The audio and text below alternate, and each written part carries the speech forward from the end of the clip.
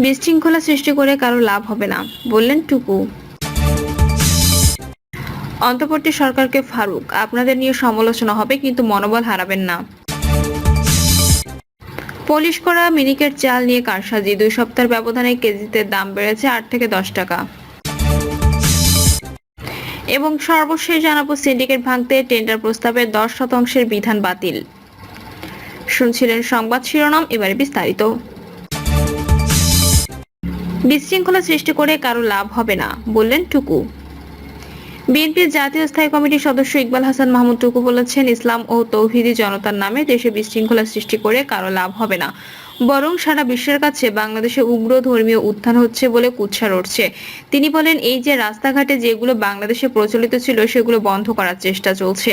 আজকে বিশ্বব্যাপী আমাদের সম্বন্ধে নানা রকম কুৎসা রটানো হচ্ছে। ইসলাম শুধু সৌদি আরবের ধর্ম নয়, ইসলাম সারা বিশ্বের ধর্ম। এখন সৌদি আরবের যে সংস্কৃতি, তেমনি আমাদের একটি সংস্কৃতি আছে, একটার সঙ্গে আরেকটার মিল নেই। সুতরাং ইসলাম হচ্ছে একটা সাম্যের ধর্ম, সেখানে আরবীয় সংস্কৃতির প্রচলন করতে গিয়ে দেশীয় সংস্কৃতি ধ্বংস করার চেষ্টা হচ্ছে। তিনি আরো বলেন, সমাজের মধ্যে যারা বিরোধ তৈরির কাজটি করছে তারা ইসলামের সেবা করছে না, মানুষের সেবা করছে। এসবের মধ্য দিয়ে দেশকে একটা গৃহযুদ্ধের দিকে ঠেলে দেওয়া হচ্ছে। টুকু বলেন, আমাদের মুক্তি এসেছে কিন্তু এখনো পরিপূর্ণভাবে আসে নাই। বাংলাদেশের মানুষ অপেক্ষা করছে 18 বছর, তারা ভোট দিতে পারে নাই, তাদের মনোনীত নির্বাচিত সরকার গঠন করতে পারে নাই। তিনি বলেন, গণঅভ্যুত্থানের প্রায় 8 মাস পেরিয়েছে, এখনো পর্যন্ত আমরা সরকারের কাছ থেকে নির্বাচনের কোনো রোডম্যাপ পাইনি। নির্বাচন যত দেরি হবে তত পানি খোলা হবে এবং পতিত হাসিনা ও তার দোসররা যাদের কাছে বস্তা ভর্তি টাকা আছে তাদের সুযোগ বেড়ে যাবে। অন্তর্বর্তী সরকারকে ফারুক, আপনাদের নিয়ে সমালোচনা হবে কিন্তু মনোবল হারাবেন না। বিএনপি চেয়ারপারসন উপদেষ্টা জয়নুল আবেদিন ফারুক অন্তর্বর্তীকালীন সরকারের উদ্দেশ্যে বলেছেন, হাসিনা ভারতের প্রধানমন্ত্রী নরেন্দ্র মোদীর আশ্রয় থেকে ডক্টর ইউনূস সরকারকে অস্থিতিশীল করার প্রচেষ্টা চালাচ্ছেন। তাই আপনাদের নিয়ে আলোচনা সমালোচনা হবে কিন্তু আপনাদের কাছে অনুরোধ, মনোবল হারাবেন না। জয়নুল আবেদিন ফারুক বলেন, আমরা আপনাদের সমর্থন দিচ্ছি এবং দিয়ে যাব। তারেক রহমান স্পষ্টভাবে বলে দিয়েছেন, আপনারা হারলে বাংলাদেশ হেরে যাবে, জাতীয়তাবাদী শক্তি হেরে যাবে। আপনাদের আশপাশে কিছু লোক আপনাদের নিরাশ করার পরিকল্পনা করছে, এদের সতর্ক করে দেন অথবা বের করে দেন। নির্বাচন বানচাল করার যারা ষড়যন্ত্র করেছে। তিনি বলেন, আমাদের ঐক্য থাকতে হবে, বন্ধুত্বপূর্ণ সম্পর্ক রাখতে হবে। অবিচার যারা করেছে তারা নির্মমভাবে ক্ষমতা থেকে বিতাড়িত হয়েছেন। আওয়ামী লীগ হচ্ছে তার উদাহরণ। হাসিনা বাংলাদেশকে ধ্বংস করার চক্রান্ত করেছিলেন, ছাত্র জনতার আন্দোলনে তার পতন হয়েছে। পলিশ করা মিনিকেট চাল নিয়ে কারসাজি, 2 সপ্তাহের ব্যবধানে কেজিতে দাম বেড়েছে 8 থেকে 10 টাকা। প্রতি বছর রমজানের সময় সাধারণ চালের দাম কম থাকে, কারণ এই সময় চালের চাহিদা কমে যায়। বিশেষ করে রমজানের মাঝামাঝিতে এসে প্রায় সব ধরনের নিত্যপণ্যের দামই তুলনামূলক কম থাকে। কিন্তু এবার চালের দাম না কমে উল্টো বেড়েছে, বিশেষ করে মিনিকেট চালের দাম।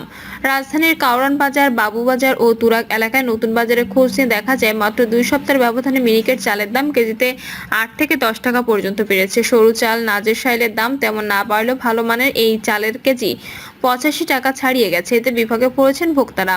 ব্যবসায়ীরা বলছেন, বাজারের চাহিদার তুলনায় মিনিকেট চালের সরবরাহ কম, যে কারণে এই চালের দাম বাড়তি। এ প্রসঙ্গে বাজার সংশ্লিষ্ট ব্যক্তিরা বলেছেন, মিনিকেট নামে ধানের কোনো জাত নেই, তাই মিনিকেট নামে কোনো চালও নেই।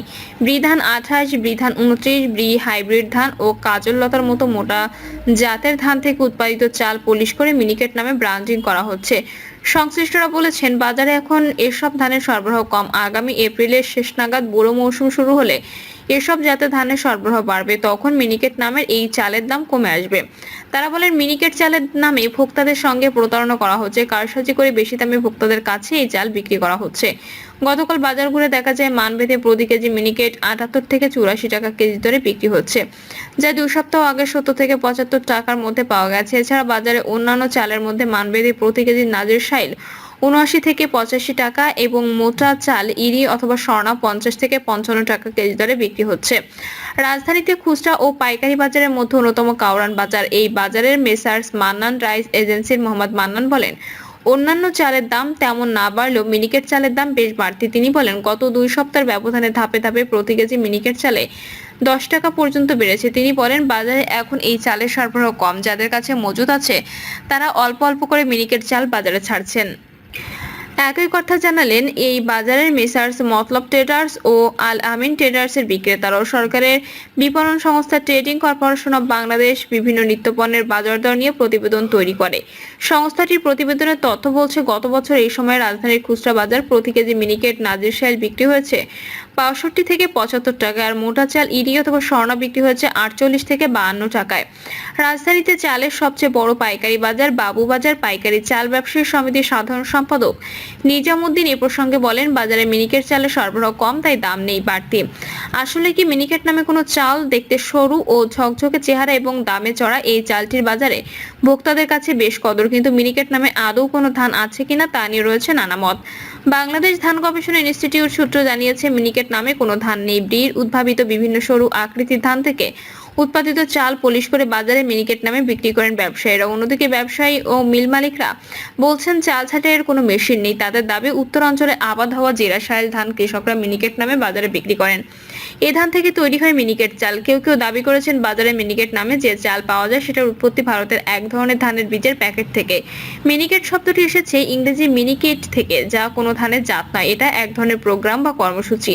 ভারত সরকার কৃষকদের উপহার হিসেবে যে প্যাকেটে ধানের বীজ দিত তা মিনিকিটা নামে পরিচিত। এ জাতের আবাদ বাংলাদেশের সীমান্ত এলাকায় শুরু হয়, পরে তা বাংলাদেশে ব্যাপকভাবে ছড়িয়ে পড়ে। এদিকে মোটা ধান পলিশ করে মিনিকেট বানানোর এই প্রক্রিয়া বন্ধে আইন করার উদ্যোগ নিয়েছে সরকার। ইতিমধ্যে মিনিকেট নামে কোনো চাল বাজারজাত না করতে ব্যবসায়ী ও মিল মালিকদের নির্দেশ দিয়েছে খাদ্য মন্ত্রণালয়, কিন্তু বাজারে দেদার মিনিকেট নামে চাল বিক্রি হচ্ছে। গতকাল খাদ্য মন্ত্রণালয় এক সংবাদ বিজ্ঞপ্তিতে বলেছেন, মিনিকেটে মূলত মেশিন প্রসেসর রাইস বিভিন্ন মোটা জাতের ধান থেকে উৎপাদিত চাল পলিশ করে মিনিকেট নামে ব্র্যান্ডিং করা হচ্ছে। খাদ্য মন্ত্রণালয় জানিয়েছে, এখন আমন মৌসুমের শেষের দিকে এবং বোরো মৌসুম শুরুর মধ্যবর্তী সময় প্রতি বছরের সময় চালের দাম কিছুটা বৃদ্ধি পায়। তবে এবছর বর্তমান অন্তর্বর্তীকালীন সরকারের পদক্ষেপের কারণে চালের দাম সহনীয় পর্যায়ে রয়েছে। চলতি মার্চ ও এপ্রিল মাসে সরকার খাদ্য বান্ধব কর্মসূচি ভিজিডি ওএমএস ও টিসিবির মাধ্যমে প্রায় ৭ লাখ টন চাল বিতরণ করা হবে।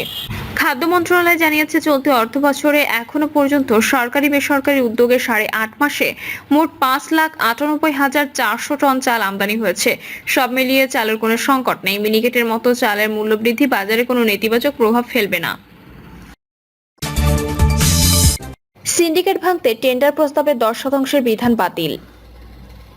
প্রধান উপদেষ্টা প্রেস সচিব শফিকুল আলম বলেছেন, প্রাক্কলিত মূল্যের 10%-এর কম হলে টেন্ডার প্রস্তাব বাতিলের বিধান বাতিল করেছে সরকার। আগে কাজের মূল্যায়নের জন্য বিদ্যমান ম্যাট্রিক্সের কারণে একই প্রতিষ্ঠান বারবার কাজ পেত। এই পদ্ধতির পরিবর্তে নতুন সক্ষমতা ম্যাট্রিক্স করা হবে। এতে করে সিন্ডিকেট ভাঙা সম্ভব হবে। শফিকুল আলম জানান, বৃহস্পতিবার রাজধানীর তেজগাঁওয়ে প্রধান উপদেষ্টা অধ্যাপক মোহাম্মদ ইউনূসের সভাপতিত্বে অনুষ্ঠিত উপদেষ্টা পরিষদের সভায় এই সিদ্ধান্ত নেওয়া হয়। তিনি জানান, সরকারি ক্রয় প্রক্রিয়ার স্বচ্ছতা প্রতিযোগিতা বাড়াতে এবং সিন্ডিকেট ভাঙতে পাবলিক প্রসিকিউরমেন্ট অধ্যাদেশের সংশোধনী আনা হয়েছে। বর্তমানে 65% কাজের দরপত্র বা টেন্ডার অনলাইন হচ্ছে। এটিতে শতভাগে উন্নীত করার সিদ্ধান্ত নিয়েছে সরকার। প্রিয় দর্শক, এই ছিল এখনকার সর্বশেষ সংবাদ। আপডেট সব সংবাদ পেতে চ্যানেলটি সাবস্ক্রাইব করে বেল আইকনটি ক্লিক করে রাখুন।